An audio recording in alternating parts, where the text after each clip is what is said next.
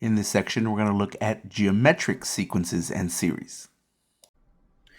Let's begin with a definition of what we mean by a geometric sequence. A geometric sequence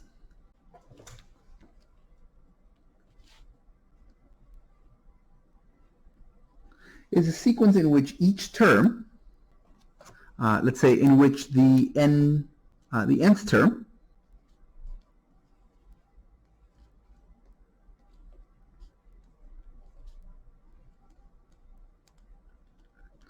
is obtained by multiplying the preceding term, the n plus first term,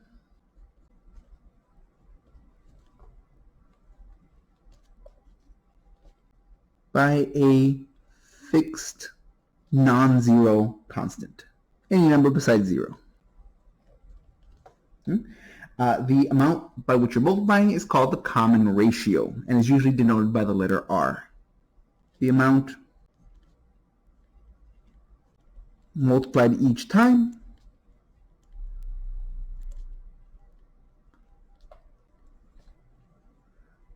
is called the common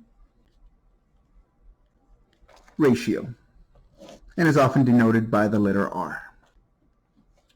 So, right here, that should be a minus. You want the preceding term, the one before, not the one after.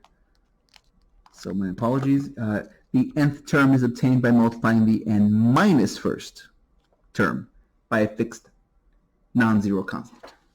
Okay, just like that. Okay. This can be written as a recursion. You can write that your a sub n is equal to your a sub n minus 1 times some value r.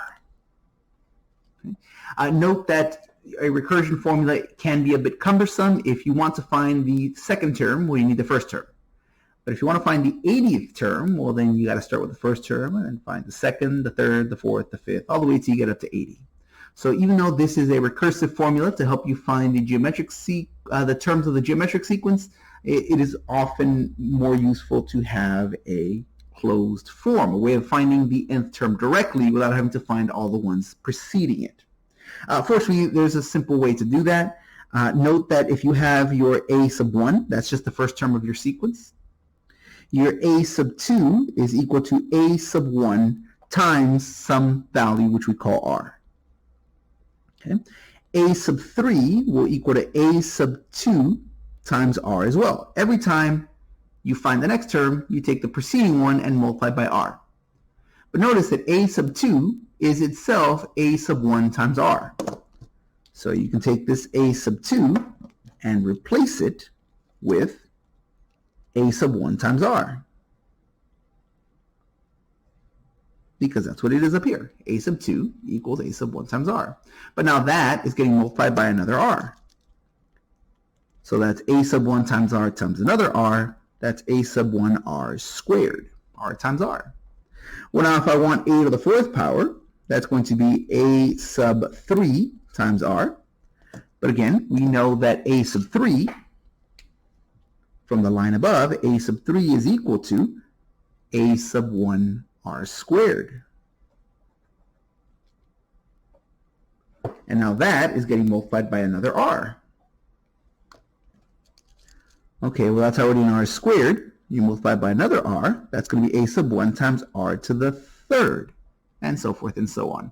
So notice that to find a sub 2, you multiply by r. To find a sub 3, you multiply by r squared. A sub 4, you multiply by r to the third.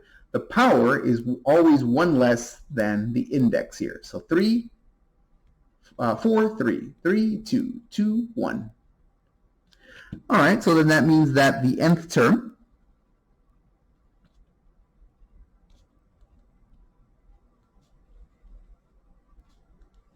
of a geometric sequence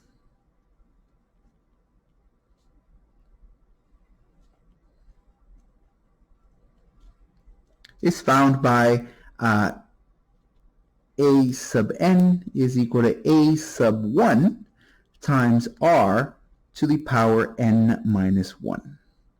So you want the fourth term you're going to use the power 3. You want the 20th term, you're going to use the power 19.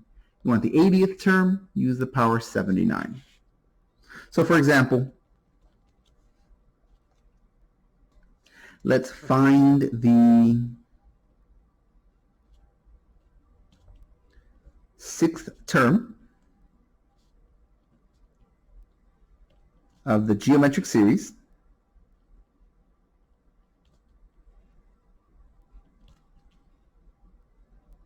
where your first term, a sub 1, is equal to 4, and your common ratio, your r, is equal to 2. Okay. All right, so here we go. You're going to want to find your 6th term, so that's a sub 6. That's going to be equal to your first term, a sub 1, times your r raised to the power, whatever that power is 1 less than what this index is. So since you want the 6th term, you're going to use the 5th power. Okay, so that's going to be a sub 1, that's 4, times r is 2, raised to the 5th power. No, you're only raising the r to the 5th power, not the a sub 1. So 2 to the 5th, that's 32. 32 times 4, that's 128. And so the 6th term of this geometric sequence described is 128. Go ahead and give that a try. Find the, find the 8th term.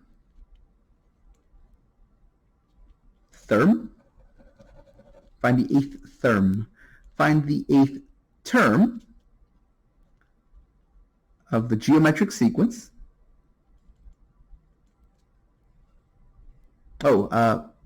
Sorry, I wrote series up here. We were going to get to geometric series at the end of the section, but for now, we're still talking about geometric sequences. So geometric sequence. All right. Find the 8th term of the geometric sequence where the first term is equal to, let's go with 81. And r is equal to, let's say, 1/3. Okay, go ahead and give that a try. Go ahead and pause the video, give yourself the time you need, and once you're done, you can unpause and we can go through that together. All right, so we want a sub 8, the 8th term. So that's going to be a sub 1 times r to the, it's always going to be 1 power less than the index. So since you want the 8th term, the index is 8, so you're going to use a power of 7. So that'll be 81 times 1/3 to the 7th power. All right. So here we're going to raise 1 to the 7th power, which will just stay 1. 3 to the 7th power, that's 2187. 2187. And then that's going to get multiplied by 81. Here that's going to be, just multiply across, that'll be 81 over 2187. And then that reduces, 81 goes into 2187, 2187 27 times. So that'll be 1 over 27. Okay, so here our 8th term would be 1/27. Just like that. All right, a nice applied example of this is what happens when you have a regular raise. Let's say you have a job where you are guaranteed to have a 2% raise every year. Okay, so let's keep the math simple. We're going to do things at 2%. So you start a job with a, and again, let's keep our numbers simple, a nice round number. Let's say 60,000. Okay. You start a job with a $60,000 a year salary.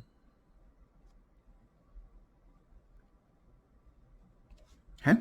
Now, let's say you're guaranteed, you're part of a union or you're part of a pension job or something of that nature. So you're guaranteed 2% every year.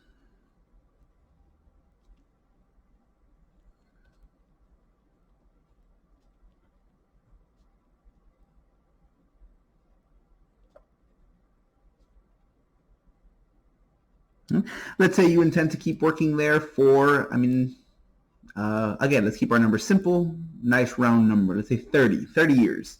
You will get a 2% raise per year. How much is your salary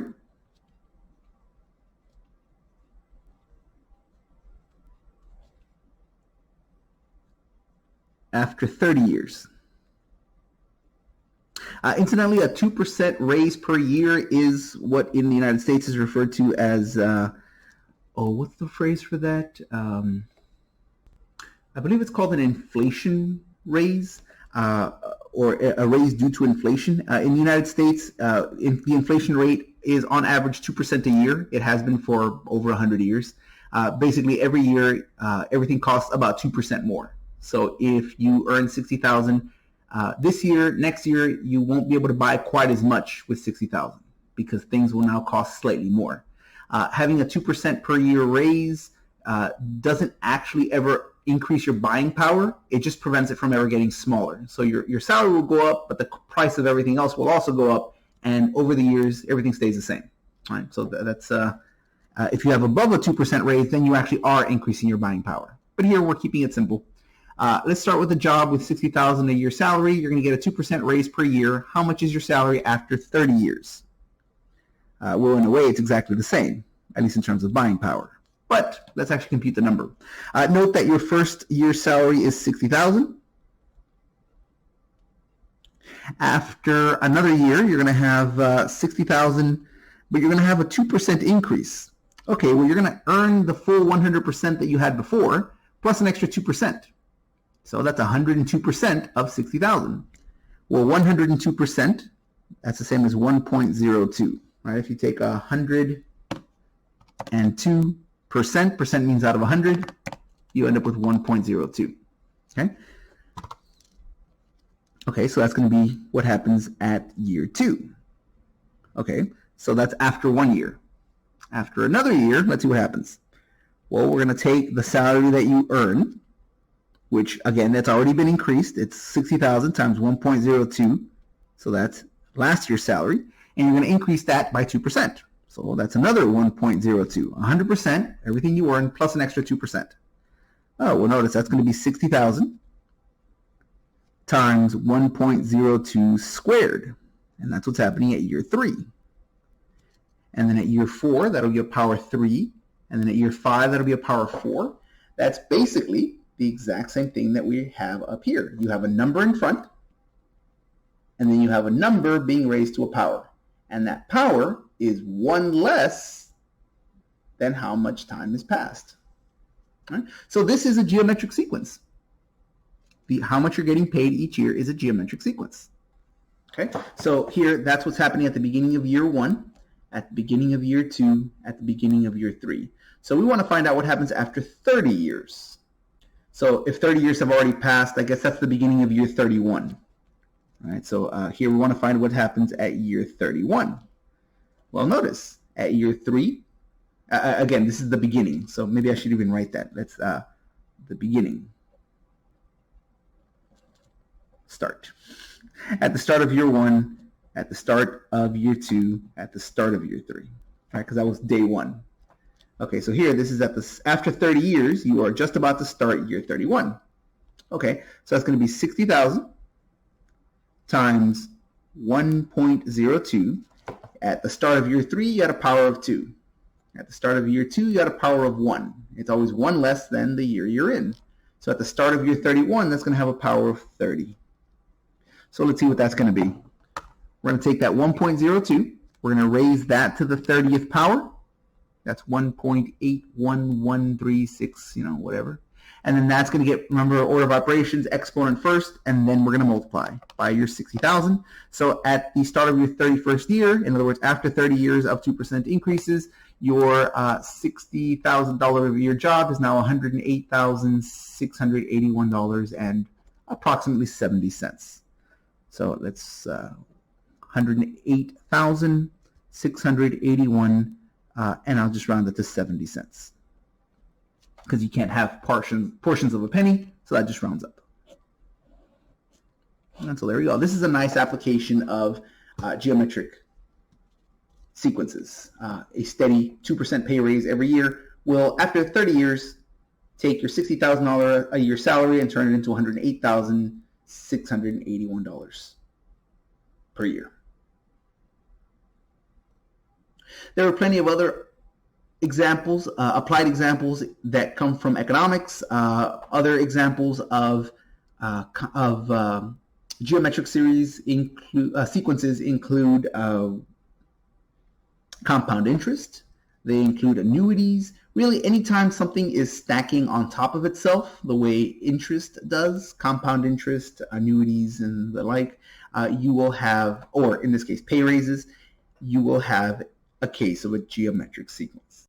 So for anyone who goes on to study business or economics, you will see geometric sequences in series quite a lot. We haven't gotten to what a geometric series is just yet. We've talked about sequences, but we'll see what a series here is at the end of this section. All right. One thing to note is that sometimes we care about the terms of a geometric sequence. However, other times we will care about the sum of the terms of the geometric sequence. We don't always care about what is the first or the second or the third or the fourth term. Rather, we'll care about what happens when we add together the first, second, third, and fourth term, and so forth. So let's talk about how to do that. All right, we have a theorem that shows us how. Let's have a geometric sequence, and we're going to find the sum.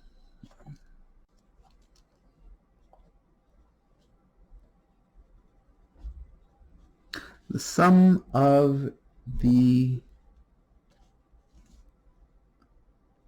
first n terms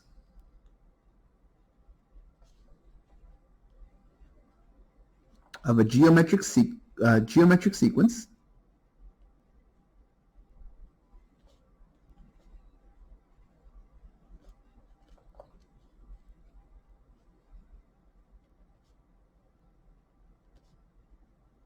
is given by, we're going to use the notation S sub n. S stands for sum, and the little subscript n will stand for how many you added together. So S sub 5 would be the sum of the first 5 terms. S sub 100 would be the sum of the first 100 terms. That's going to be given by A sub 1, which is going to be your first term, times 1 minus R, which was your common ratio, raised to the power n. That's going to be the same as that n. And then the entirety of that will be divided by 1 minus R. And here we'll go ahead and write what that means, where A sub 1 is the first term,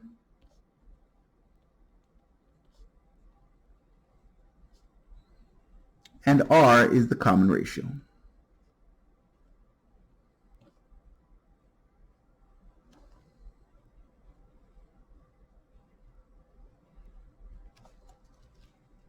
So, a theorem which we will now prove. All right, why should that be the case? All right, well, let's begin by definition. What is S sub n? S sub n is equal to just the sum of the first n terms. So A sub 1 plus A sub 2 plus A sub 3 plus all the way until you get to A sub n. Okay? But we have a way of finding any one of those terms.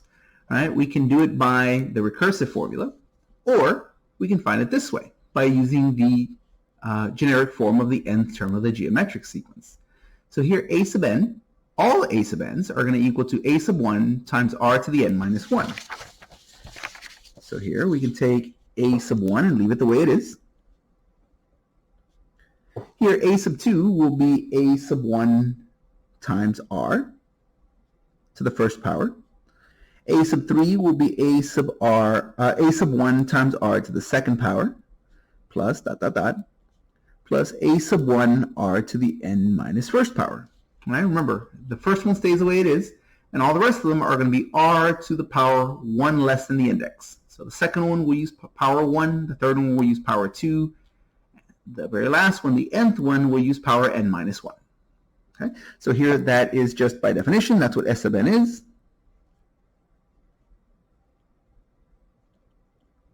And here this is using the general form of the nth term.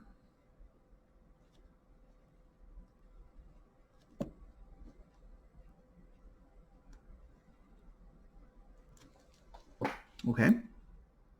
Now, if that's s sub n, I could take s sub n and multiply it by r, and here's what it would look like. If I multiply this side by r, that would be the same as if I multiply the other side by r.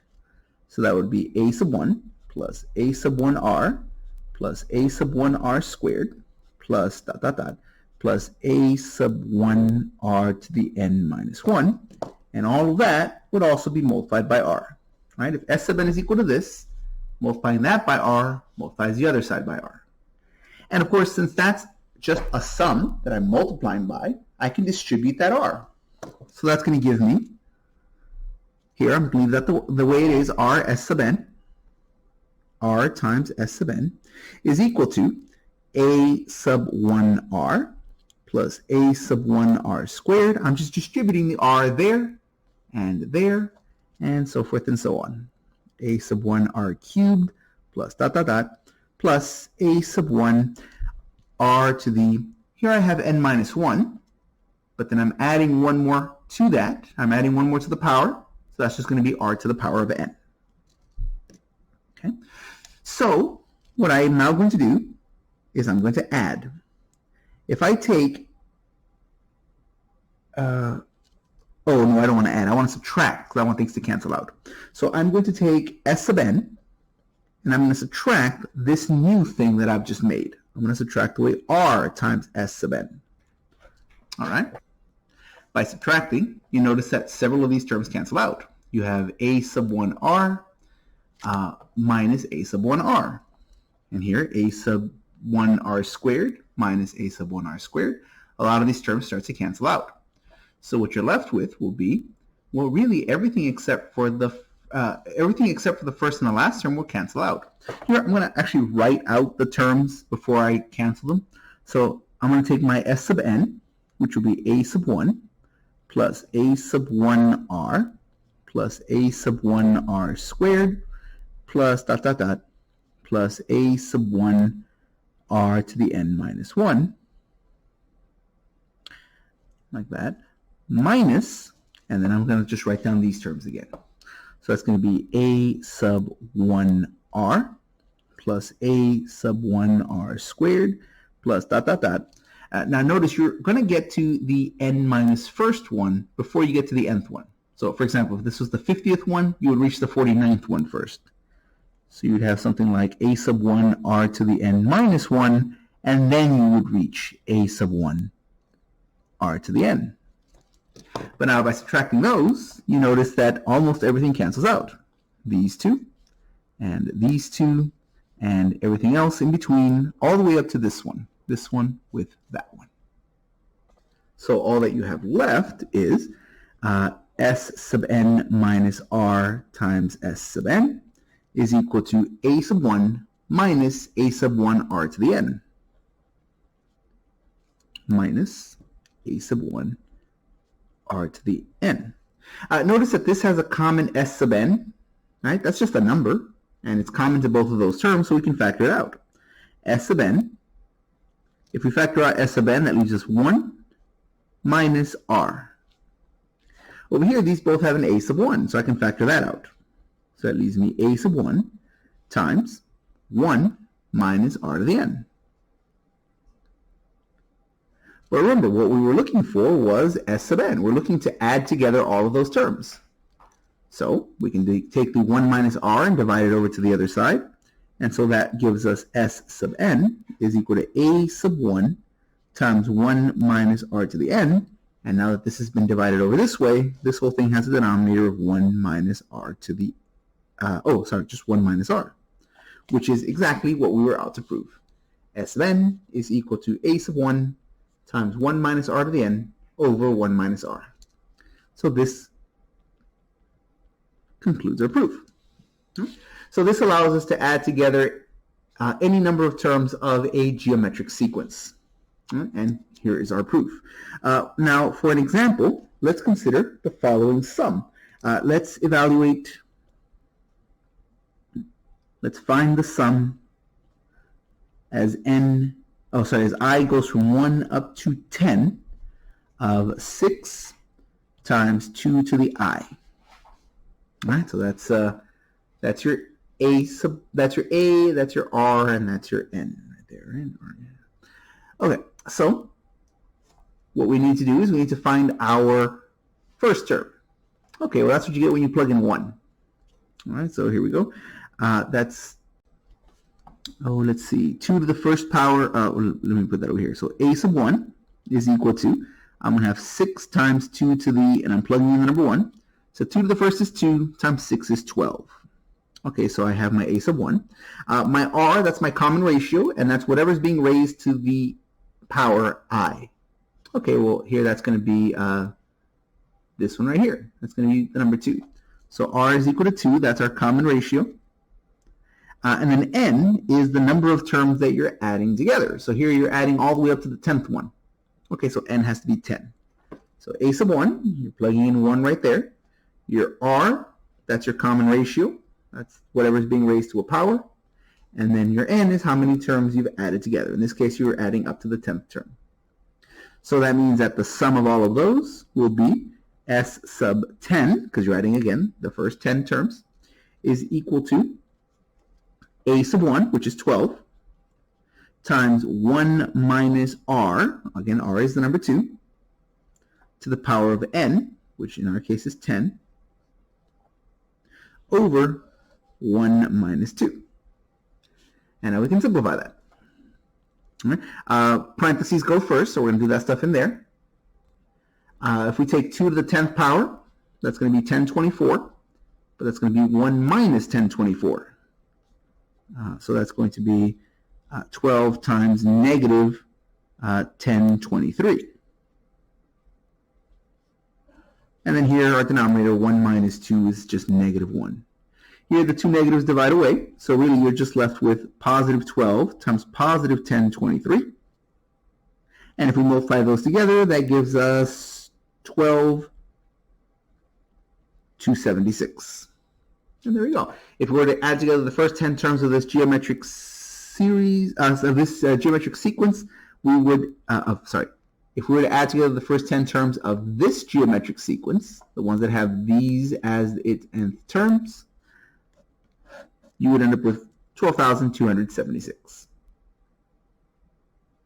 All right. Note that you will not always be given your geometric sequence in this closed form, in the summation notation. Sometimes you'll be given just a collection of numbers, and it'll be up to you to write it in summation notation so that you'll have the appropriate components. So, for example, let's do another one just like that. We're going to go and find the sum. We're going to evaluate.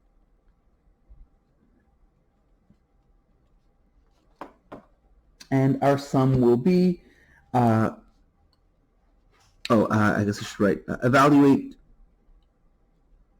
the sum of the first 11 terms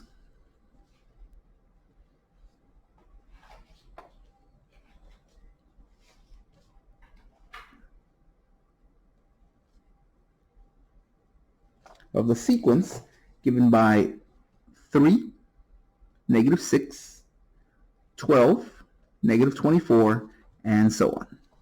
Okay. So evaluate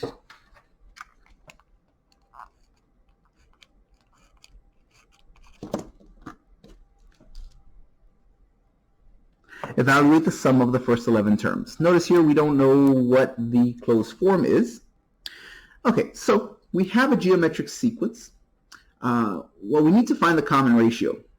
Well, the nice thing about the common ratio is you can pick any two subsequent terms and just divide them. So notice right here, if you take negative 6 divided by 3, you get negative 2. If you take 12 divided by negative 6, you still get negative 2. If you take negative 24 and divide by 12, you still get negative 2. Oh, so that must be my common ratio. Notice that to get from one term to the next, I always multiply by negative 2. So our D is equal to negative 2. R is equal to negative 2. That's our common ratio. So by using this number, we can now write this summation as, well, let's see, 3 plus negative 6 plus 12 plus negative 24 plus dot, dot, dot.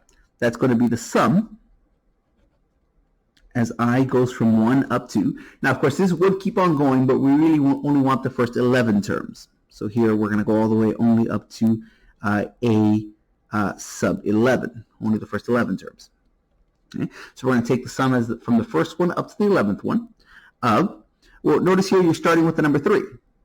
Okay, so that's going to be 3. But then you're going to multiply subsequent terms by r, which is negative 2 to a power. So let's start with that. If I take negative 2 to a power, like that, that's going to be negative 2 to the power 1. Okay, well, if I take negative 2 to the first power, that's just negative 2. Okay, well, I want it to be 3, not negative 2. Well, can I put a 3 right here? Well, no, because negative 2 times 3 would not be 3. It would be, in fact, negative 6. Oh, okay. So there's a couple of ways that I can fix this. But the simplest one is just to find whatever number goes right here that when multiplied by negative 2 gives me 3. Oh, well, that's going to be, what, negative 3 halves? I think that works. Let's try that. If I is equal to 1, negative 2 to the first power, that's negative 2. And if you take negative 2 times negative 3 halves, the negatives cancel out, give you a positive. So 3 halves times 2 would give you 6 halves, which is just the number 3. Okay, that works. So now if I plug in I is equal to 1, that gives me my first term. If I plug in I is equal to 2, well then negative 2 to the second power, that's positive 4. And positive 4 times negative 3 halves, that's negative 6. Okay, so that seems to be working well enough. All right, so there we go. There is my geometric sum, the sum of my geometric terms here in summation notation. And so now I can figure out what this sum is going to be by using the results of our theorem that we saw just a moment ago. All right, so here we go. We're going to have S sub 11, the sum of the first 11 terms. That's going to be equal to A sub 1 times 1 minus r to the n over 1 minus r. Okay, A sub 1 is simply the first term, and here we already knew that from the very beginning. That was just the number 3. Then we're going to multiply that by 1 minus r, and we found r to be negative 2. So that's negative 2 to the power of our n. That's the same as this n right here. So that's going to be power 11. Divided by 1 minus, and then we're going to have a r, that's negative 2. So we're just plugging in. That's your first term, your a sub 1. 1 minus your r, and 1 minus your r. That's the same one. Here, that 11 is the same as the power of this. That power 11 is the same as the index here. So you're adding the first 11 terms, so you want a power of 11. Okay, so now we can figure this out. All right, so you have a negative to an odd power. Well, that's going to stay negative. Oh, but then the negative of a negative, that'll become a positive. So that'll be 1 plus, oh, let's see, 2 to the 11th, that's 2048 over, and then here we have minus a minus, which is a plus. Okay, so that's going to be 1 plus 2. So that'll be 3. Oh, these 3's divide away. That's a coincidence. They don't always divide away, but in this case they do. And now here you just add those together. 2048 plus 1, that'll give us 2049. So the sum of the first 11 terms of this sequence are going to be positive 2049. And there is our sum. So note that sometimes you're given the expression in a summation notation, in which case you can use this formula right here. Or if you're given the first few terms and you're told to find the sum of the first n terms, you still use that formula, although you have to find your own common ratio. You have to find your own summation notation. But in any event, you do get the right result. All right, so go ahead and give this a try. You're going to evaluate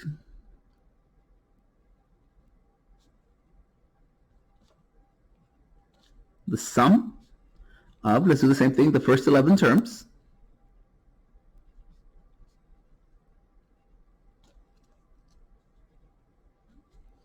of the sequence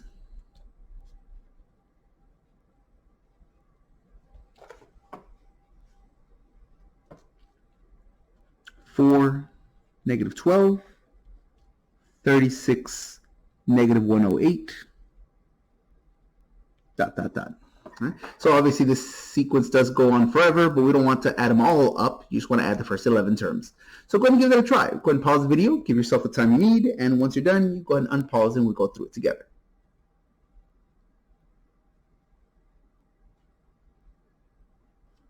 All right, so first of all, we need to find the common ratio, and you can do that by dividing any two subsequent terms. So take the second divided by the first, or take the third divided by the second, or take the fourth and divided by the third. And here it doesn't matter which pair you pick, you always end up with the same result. In this case, -3. So if you take 4 and multiply by -3, you get -12. -12 times -3, oh, that's 36.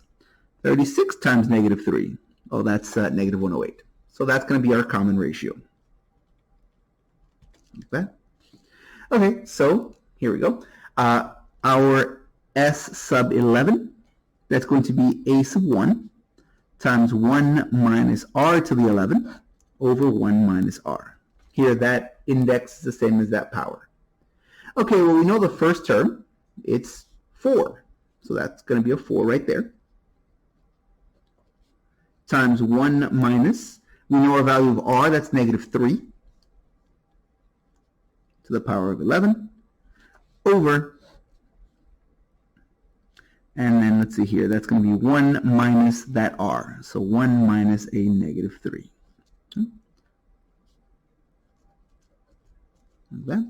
Okay, so let's see here. Negative raised to an odd power, that's going to stay negative. But then with that other negative, that's going to become a positive. So that'll be 4 times 1 plus. If you now take 3 to the 11th power, again, the negative is all gone now, you're going to get 177,147. And then we're dividing by, double negative makes that a plus, so that's 1 plus 3 is 4. And here these divide away. Note that these divide away specifically because of the way the numbers worked out. They don't always cancel out. And if this first number had been a 7 instead of a 4, well, then these wouldn't cancel out. However, in this case, these divide away, and you're left with 177,147 plus 1. So the sum of the first 11 terms is going to be 177,148. Just like that. That plus 1. And that is our result. All right. For a slightly more applied example, note that we had an example earlier about someone who started with a $60,000 a year job and got a 2% raise every year for 30 years. Now here we found how much they were earning at the end of those 30 years. Starting at year 31, how much had they earned? But now, what if we ask a slightly different question? What if we ask, what is the total earnings? In other words, how much did they earn over the course of those 30 years? Add everything together. Okay, so here's an example. It's a continuation of this previous problem.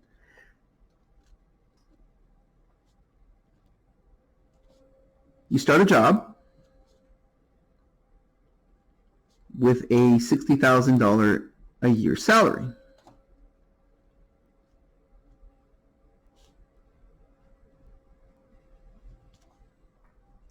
You will get a 2% raise per year.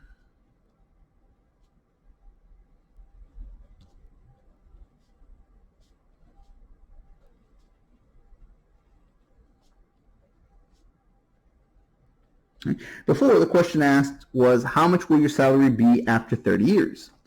Now the question is, what are your total earnings? If you added together every dollar you earned, what are your total earnings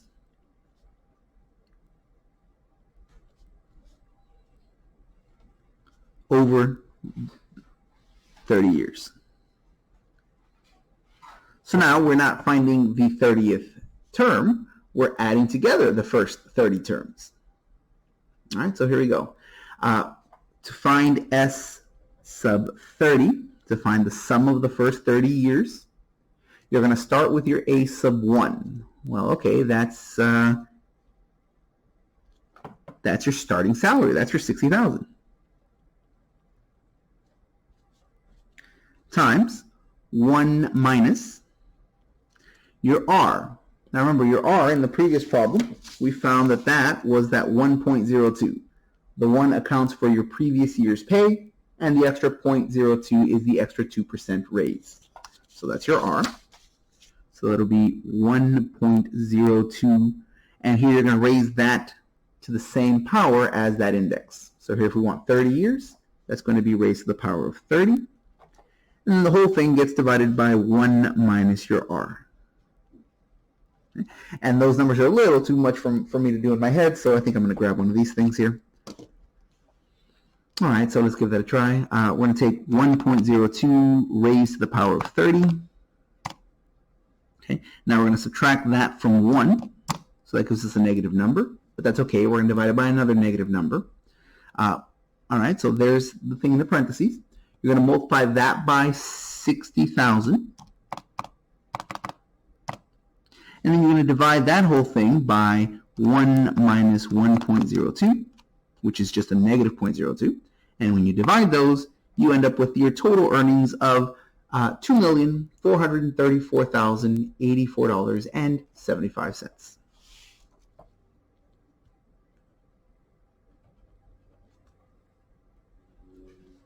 $2,434,084.75. And this is your total. These are your total gross earnings. Here we don't worry about taxes or anything like that, and this is just a simplified example. This is your total earnings over the course of those 30 years. And that makes us happy. So this really brings us to the point where we can now start talking about what a geometric series is. Up to now, we've talked about geometric sequences. We gave a definition, we've seen some examples, and we've even seen the sum of some terms of a geometric sequence. Well, when we talk about a series, that's what we're talking about. We're talking about a sum. So you say, oh, so right here, this is a series. You've added together the first 30 terms. This is a series. You've added the first 11 terms. Well, not quite. Because when we talk about a series, although this, I suppose, technically we can think of this as a series, this is not usually what we mean. Usually what we mean when we talk about a series is we're talking about an infinite series. That is to say, we're talking about adding together not the first 11 terms or the first 30 terms, but all of them. After all, a sequence goes on forever. It doesn't have just 11 terms. It doesn't just have 30 terms. It goes on forever. So the question is, what happens if we add together all of the terms? What happens if you add together all the terms starting from the first, the second, the third, the fourth, and just keep going without ever stopping forever? Well, it would seem as if you would just get infinite, right? After all, if I keep getting 2% raises every year forever, well, eventually I'm going to have an infinite amount of money. It's just going to keep growing and growing and growing. And of course, that is true. If you do let this keep growing, it will just go off to infinity. However, for certain geometric series, you will not have an infinite result. So let's take a look at how that works. So consider the result that we got from adding together the first n terms. So recall, as we proved just a few minutes ago, that S sub n, the sum of the first n terms of a geometric sequence, is given by a sub 1 times 1 minus r to the power of n divided by 1 minus r. Okay? Well, notice that that power is going to get bigger and bigger the bigger n gets. So if we want this to become infinitely big, if we want not just the first 2 or the first 10 or the first 50, but we want all of the terms forever, that means you're going to have an infinitely big power right here. Well, you might think, okay, well, if I take a number and let the power get bigger, well, then it's going to get infinitely big. Well, that's usually true. For example, if I take 2 and I just keep raising the power, 2 to the 5th power, that's not too big. 2 to the 50th power, that's really pretty big. 2 to the 500th power, oh, that's so big it doesn't fit on my calculator. Okay, and I can use the number 5 or the number 30 or whatever. 30 raised to the 5th power, that's pretty big. 30 raised to the 10th power, that's really big. 30 raised to the 20th power, that's huge. And 30 raised to the 30th power, oh, I thought that was going to overload my calculator. It didn't. That's still really pretty big. And 30 raised to the 100th power, now that's too big for my calculator. So usually, whenever I have some number, like 2 or 5 or 30, the bigger the power gets, the bigger this whole thing gets. But there is one type of number where that doesn't happen. And that's what happens if your number is between 0 and 1. Because if I start off with a fraction, or let me use a decimal, let's say 0.5. If I raise 0.5 to the 2nd power, notice that it gets smaller, not bigger. 0.5, right? If I take 0.5 and raise it to the 10th power, notice it gets really small. If I take 0.5 and raise it to the 100th power, that gets tiny. I'd have to move the decimal 31 spaces that way. It would be 0.0000000000007. And if I take 0.5 and raise that to the 200th power, I would need 60 zeros before I got to that 6. So 0.000, it's getting tinier and tinier. Eventually, if I pick a number big enough, if I take 0.5 and raise it to the 250th power, if I take 0.5 and raise it to the 500th power, notice that eventually it gets so small that my calculator just gives up and says, you know what, that's so tiny, I'm just going to call it 0. Now, it's not 0. If you take 0.5 and raise that to the 500th power, that's 0.5 times 0.5 times 0.5. That's not going to be 0. It's going to be some number. But it's going to be so tiny that my calculator doesn't even, it's like, it's so small I can't even keep track. I'm just going to call it 0. So note, if r is between 0 and 1, then as n gets bigger, r to the n gets smaller. Once n is big enough, and how big is big enough? Well, maybe 300, 500, 1,000. It doesn't matter. We're going to let this keep growing forever. So no matter how big it needs to be, eventually we'll get there. Once n is big enough, whatever that means for that particular problem, r to the n is approximately 0. It's not 0, but it's so small that it might as well be 0. It might be 0.0000000, and I'll just keep saying the number 0 for the next 2 weeks. 1. It's not 0, but it's so tiny it might as well be 0.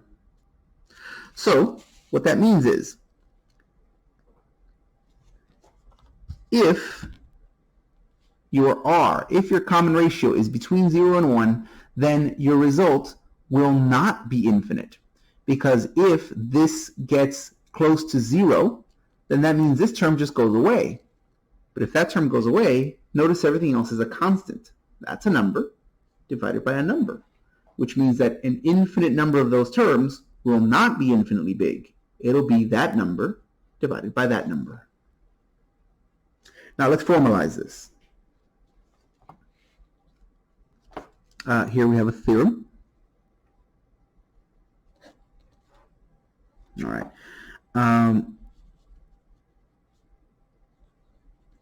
Let the sum as I goes from 1 up to infinity. Okay, so here's a notation. Here's a way that we haven't written a sum yet. Usually we write it from 1 to 5 or 1 to 10, or maybe from 3 to 7 or whatever. We've not seen this before. Whenever you see a notation like this, where you go not from 1 to 5 or 1 to 50, but from 1 to infinity, what this means is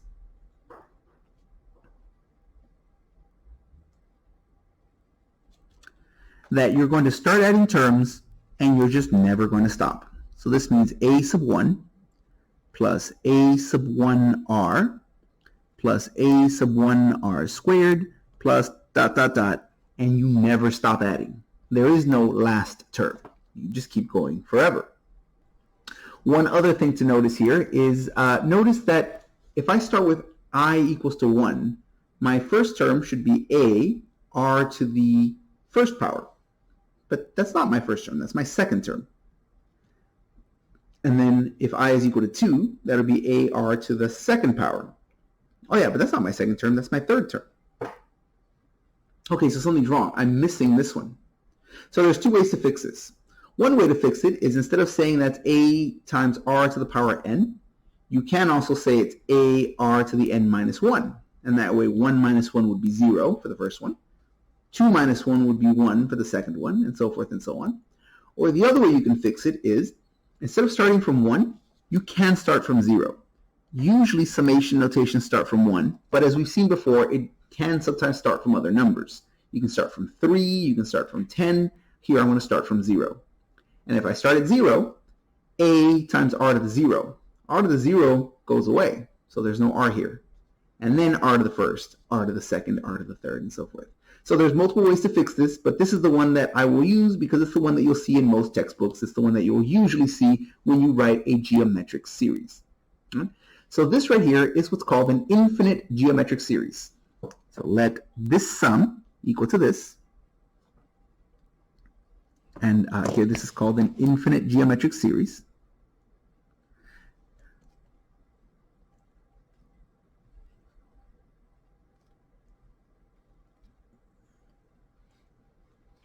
Oftentimes we don't even say the word infinite. Whenever you say geometric series, you assume we're talking about an infinite one. It just goes on forever. Okay. There will be other kinds of series in later courses in calculus. Geometric series are not the only kind of series. They're just the first one you're introduced to because it's one of the nicer ones, the ones that tend to work out kind of nicely. All right. So if the common ratio is less than 1, now I didn't talk about it up here in this note because I only used positive numbers. However, it's also true of negative numbers. Right? After all, if I have negative 1/2 to a power, that will also continue to get smaller. All right? If I take negative 0.5 and negative 0.5 and I raise that to the second power, notice that is 0.25.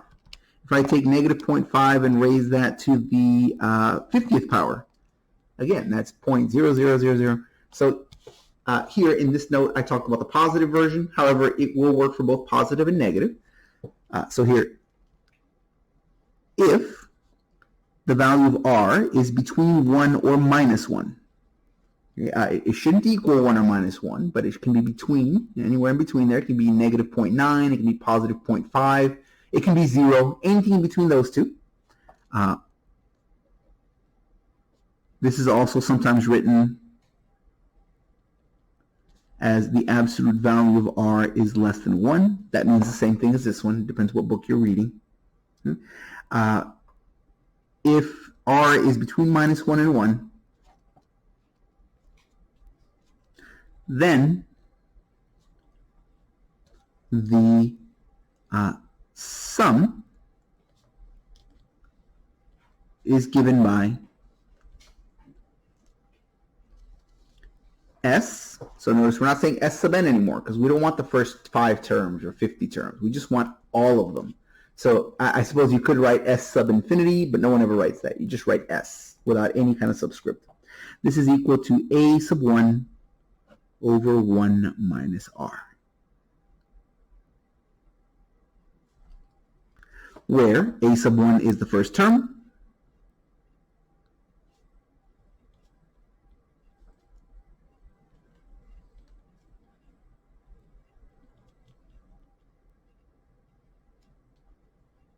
and well, you know, this is a little strange because here a sub 1, really this is like a sub 0, isn't it? So let me go ahead and relabel this slightly. Usually I call this the first term, the second term, the third term, but that gets a little confusing when you don't start counting at 1. So instead of calling it a sub 1, let me just call it a. It doesn't actually change much, or actually doesn't change anything. It's all the same notation. It's just if I write a sub 1, it does seem a little counter to what the way we're counting. Here we're starting to count from 0. So here, is this the first term? Yeah, but you can also kind of say it's the 0th term because you started counting at 0. Okay, so instead of having to worry about semantics about that, here I'm just going to call them A. And that way I don't have to worry about is it the first, the second, the third. It's just they're all called A. Okay, so here the sum is going to equal to A over 1 minus R, where A is the first term and R is the common ratio. Okay. The proof of this one is, and I guess I should mention the other case. On the other hand, if R is not less than 1 in absolute value, if R in absolute value is greater than or equal to 1, then the sum is infinite. In other words, if you just start adding numbers, it just grows forever. So it doesn't come up to be a nice number like 7 or 1/3. It just grows forever. Here, the proof of this one is, I sketched it a moment ago. I went ahead and talked about what happens when you take something that has an R between 0 and 1 and you keep letting it get bigger and bigger. So this is kind of the idea of the proof. But the actual proof itself is too advanced for this course. For those of you who stick with us through Cal 1 and get into Cal 2, by the time you get into Cal 2, you'll be able to understand the proof of this one. But for now, the proof of this one would require some notation and some concepts that have not been introduced to you. So for now, the proof is too advanced for this course.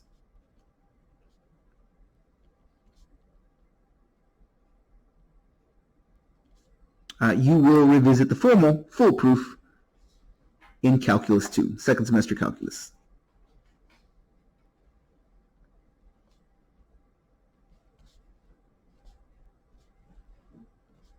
In Cal 2. So for now, we're simply going to use this result without actually proving it. We kind of give the idea as to what the proof is about, but unfortunately we can't fully prove it without getting into some more advanced topics. So for now, we're going to kind of take this for granted. This is what's called a hand-waving argument. In mathematics, we prove things formally, but every once in a while we prove things by hand-waving. What that means is, hey, you see that thing over there? Well, that's going to tell you what this does. And that's called hand-waving. I wave my hand at it and say, oh yeah, trust me, that works. That is not an actual proof, but it's sometimes necessary because of how advanced some topics are compared to where they're first seen and presented. So you'll worry about that one in later semesters. For now, let's simply look at the results of this. So example. Let's evaluate the sum as I goes from 0 to infinity of, let's say, 1/2 to the power of I.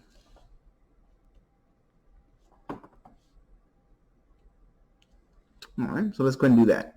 We're going to take the sum as I goes from 0 to infinity of 1/2 to the power of I. Here, if that's still a little new, what this means is, okay, if I is equal to 0, 1/2 to the 0 power is equal to 1. Anything to the 0 is equal to 1. Plus, if I use the first power, 1/2 to the first power is 1/2. If I use I is equal to 2, that's going to be 1/2 to the second power, that's 1/4. And then when I is equal to 3, 1/2 to the third power is 1/8.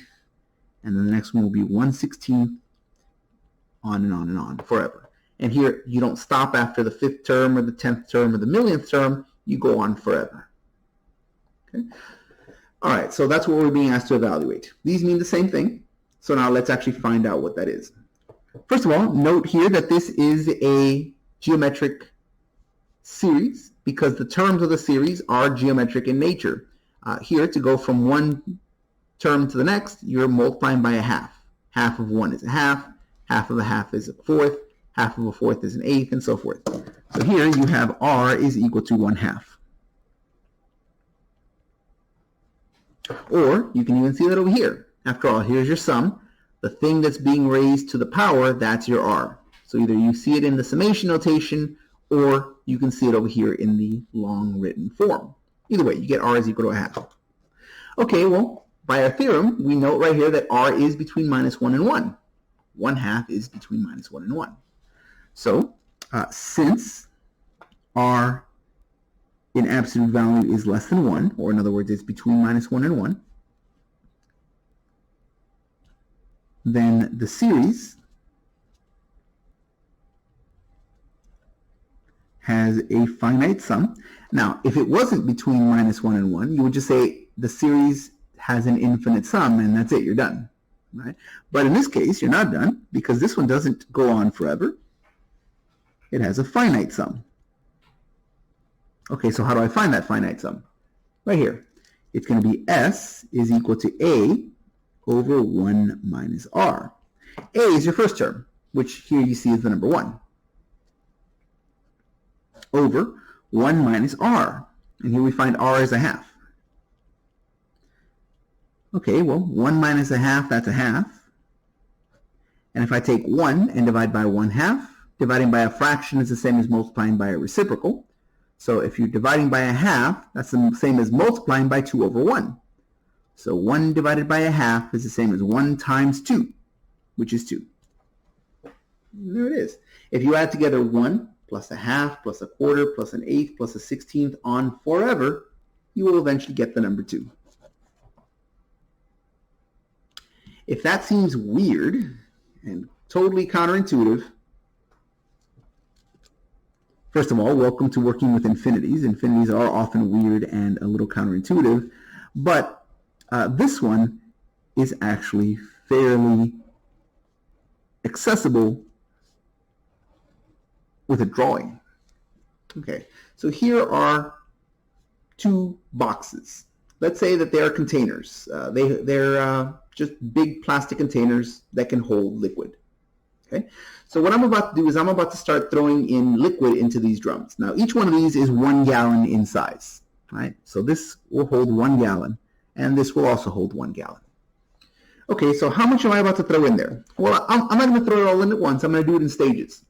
The first thing I'm going to throw in is I'm going to throw in 1 gallon. Okay, well, 1 gallon will fill up this tank, all of it. Okay, so there we go. I filled up 1 gallon. Now the next thing I'm going to do is I'm going to have 1/2 of a gallon. Okay, well, that'll fill up 1/2 of this container.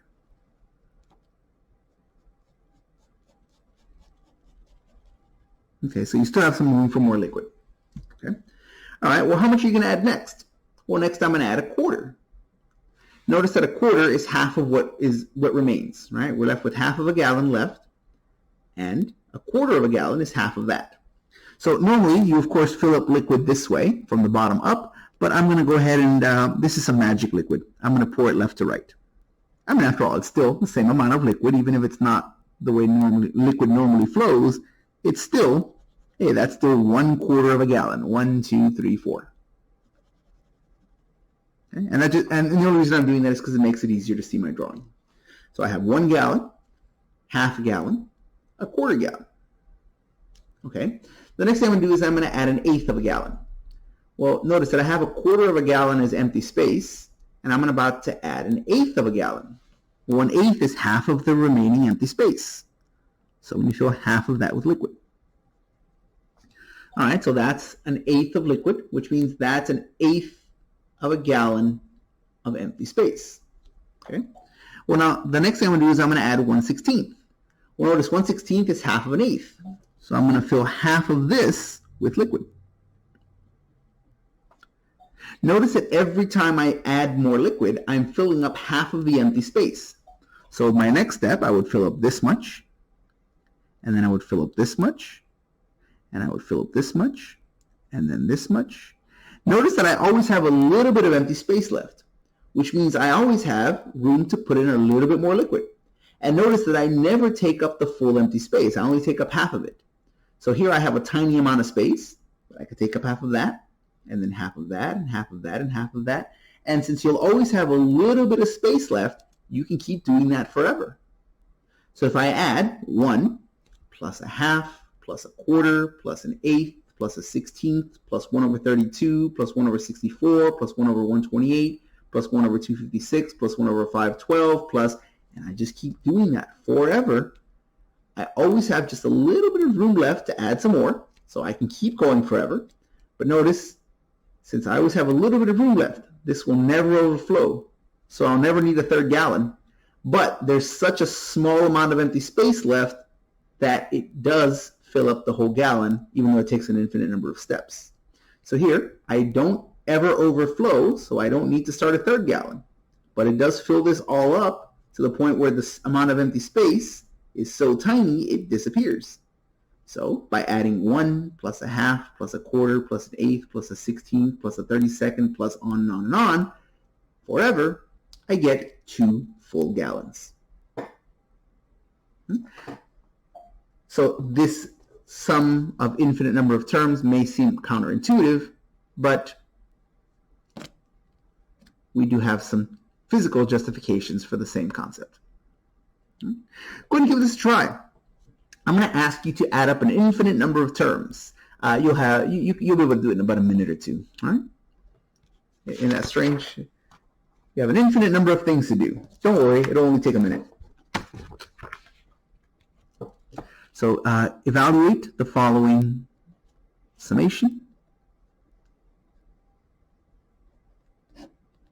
You're going to evaluate the sum as I goes from 0 to infinity. So you have an infinite number of terms to add.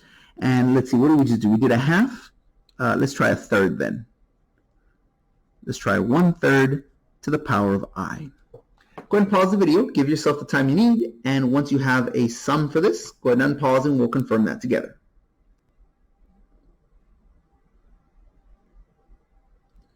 All right.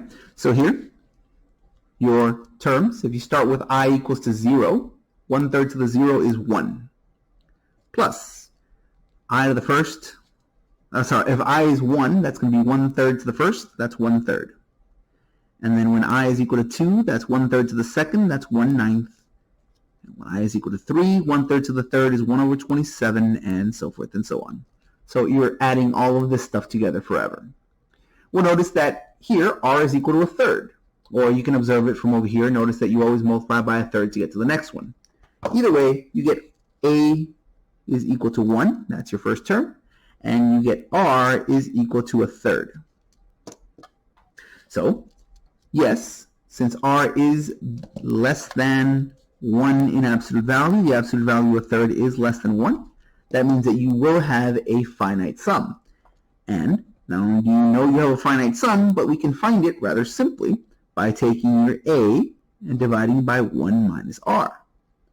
Here A is 1 over 1 minus your R is the third. 1 minus a third is 2/3. And if you divide by a fraction, that's the same as multiplying by a reciprocal. So instead of 1 divided by 2/3, you can think of this as 1 times 3/2, which is 3/2.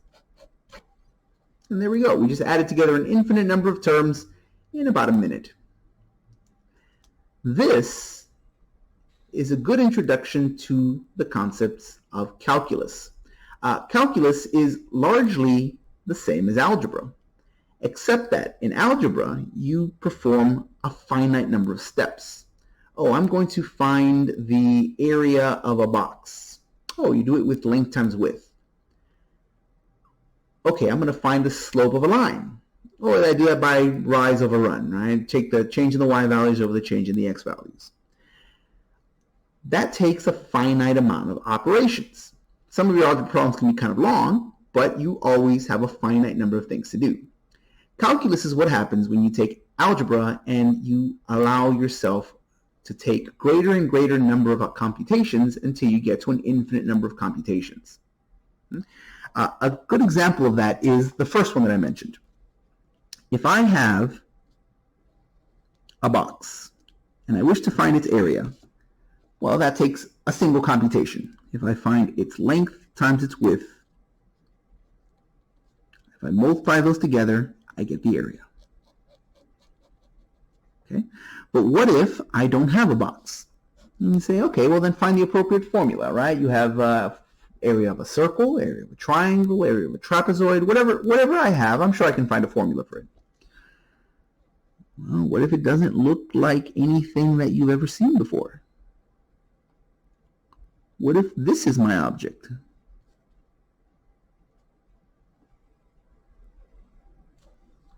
What's the area of that?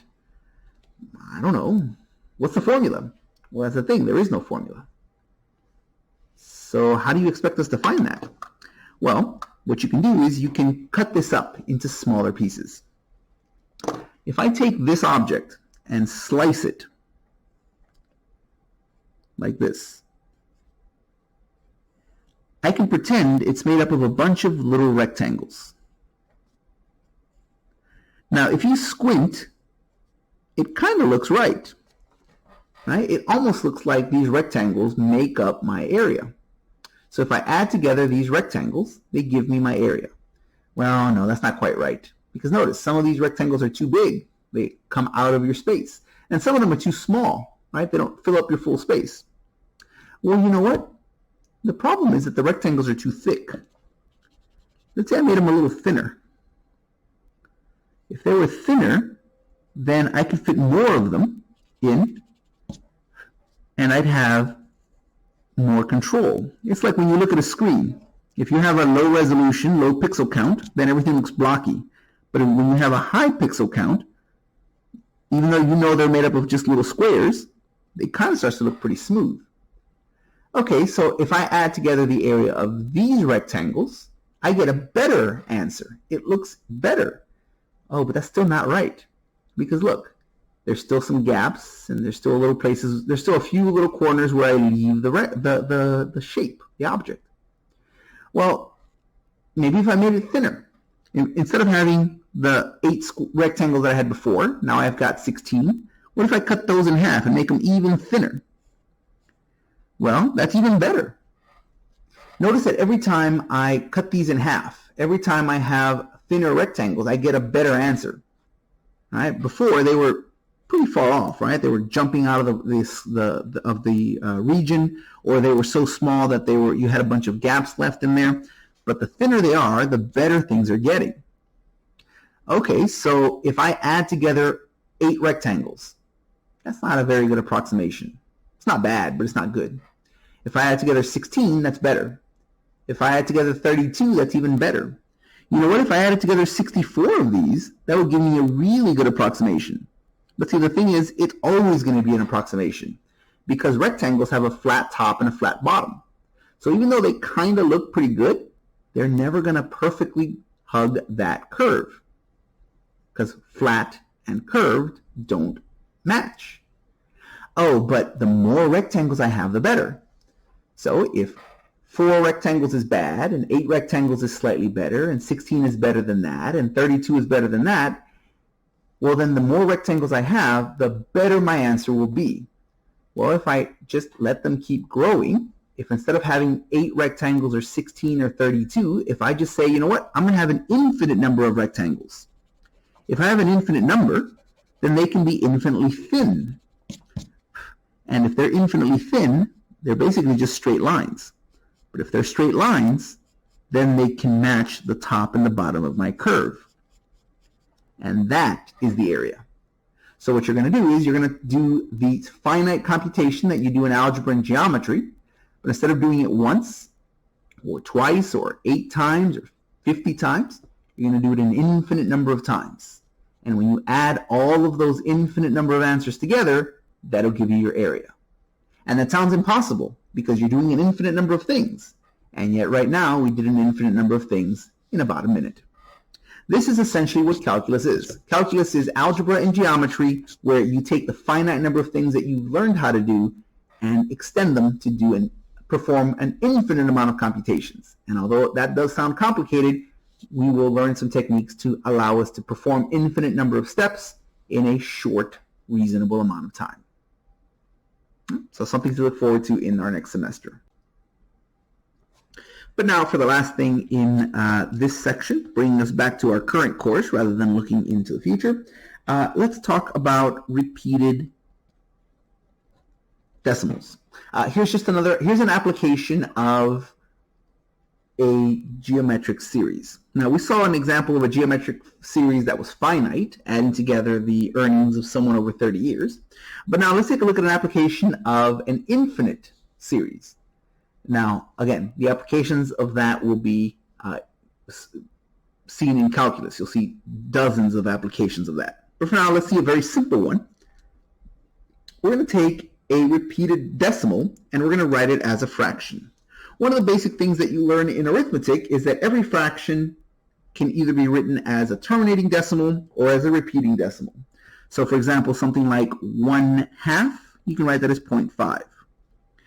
Something like 1/3, you can write that as 0.3333 on forever. So the opposite is also true. If you have a terminating decimal, you can write that as a fraction. And if you have a repeating decimal, you can write that as a fraction. Here, one application of this is one application of a geometric series is it allows us to do just that.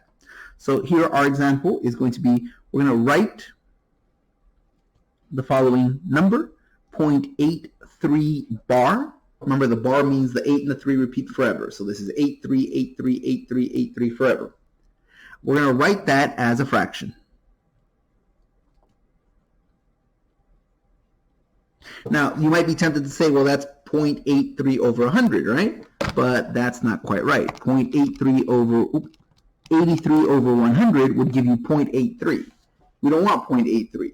We want 0.83838383 forever. So that's not quite right. Okay, so here's how you do this. 0.83 bar, that's the same as saying 0.83838383 forever. I can write parts of this as fractions.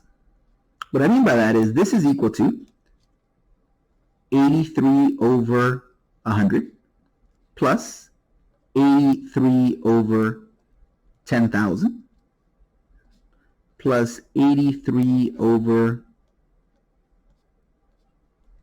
a million. And you say, how do you know that? I can just read it. Right here, how much is that? That's 83 hundredths, right? Tenths, hundredths, thousands, 10,000, 100,000. I'm just reading place values. 83 hundredths. I can literally write 83 hundredths as a fraction. Okay, what about my next 83? How much is that? Well, that's tenths, hundredths, thousands, 10,000ths. Oh, so that's going to be 83 10,000ths. Oh, 83 over 10,000. I already wrote, I don't have to worry about this first 83 because I already took care of that. I'm only looking at the next one. Okay, but now I've already taken care of 83. What about the next 83? All right, well, I've taken care of the first two. That's going to be tenths, hundredths, thousands, 10,000s, 100,000s, millionths. Oh, that's going to be 83 millionths. 83 over a million. So here, I can write at least parts of these as fractions. Well, notice this is a sum. In fact, it's an infinite sum. The 83s go on forever. So it's a series. And if you divide these out, you'll notice that you have a geometric series. If you take these numbers and divide them, you'll notice you always get 1 over 100. So if you take this and multiply by 1 over 100, you get 83 over 10,000. If you take 83 over 10,000 and multiply by another 1 over 100, you get 83 over a million. So this is a geometric series with r equal to 1/100th.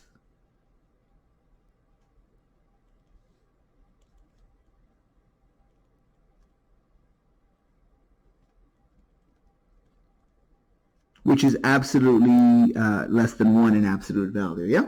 So here I will be able to add together this geometric series and get a result. So here, that means that my sum is going to equal to, that 0.83 bar is going to equal to A over 1 minus R. Now remember, A is just the first number in your series. All right, well, the first number that I had right here was 83 over 100. Over 1 minus R. Oh, and we know R, that's 100th.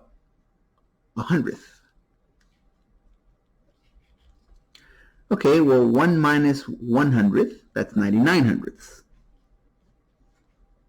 So that'll give us 83 over 100 over 99 hundredths. Oh, but look, you have a common number in the numerator and the denominator. The hundredths cancel out, and you're left with 83 over 99. And there we go.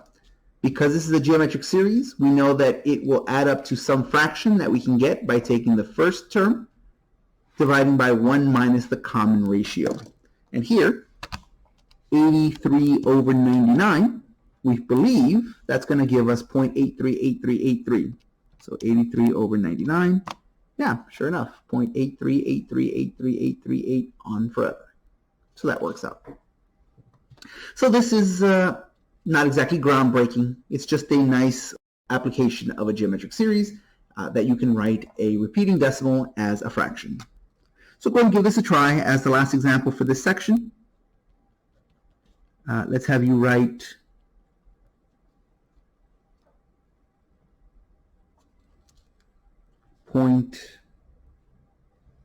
let's just do 0.5,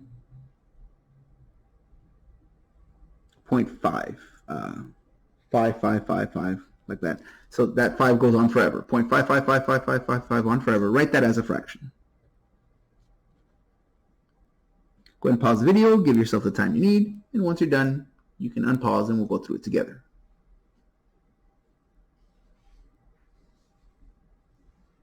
All right, so here we go. 0.5 bar, that's the same as saying 0.55555 on forever. We can write these as fractions. You have 5 tenths, okay, so 5 tenths, and then you have 5 hundredths, and then thousands, and then 10 thousandths, right? So plus 5 hundredths, plus 5 thousandths, plus 5 10 thousandths, and so forth and so on. That'll keep on going. Now, I know I can reduce these numbers, but I'm not going to, because here you already have a nice pattern going. So I'm going to leave those the way they are.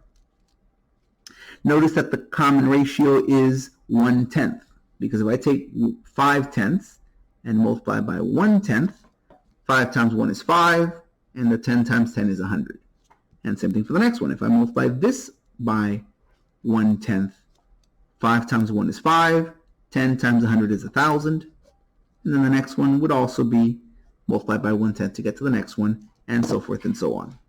So this is, in fact, the geometric series where r is equal to 1/10.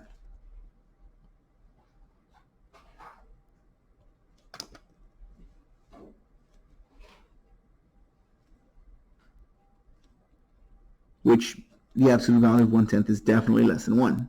So here, that is going to give us that 0.5 bar, 0.55555 on forever. That's going to equal to, well, this is a geometric series, which we know will give us an answer because r is 1/10. It's less than 1 in absolute value. So that means that this will not be infinite. Well, since it's not infinite, it has to give us the result a over 1 minus r. But we know what those are. A is the first number here in our series, which is 5 over 10, over 1 minus r, and we find r is 1 over 10. Okay, well, when we subtract, 1 minus 1/10 is 9 tenths. So this gives you 5 tenths over 9 tenths. And sure enough, just like the previous one, here, these numbers cancel out. The tenths divide away, and you're left with the fact that 0.5555555 on forever is the same as 5/9, which we can always check that. If I take 5 divided by 9, yeah, I get 0.55555 on forever. And that is our result. And that's it. That brings us to the end of our topic and of our section. If anybody has any questions, comments, or problems, if there's any issues, please make a note of those and reach out. And I hope everyone has a nice day.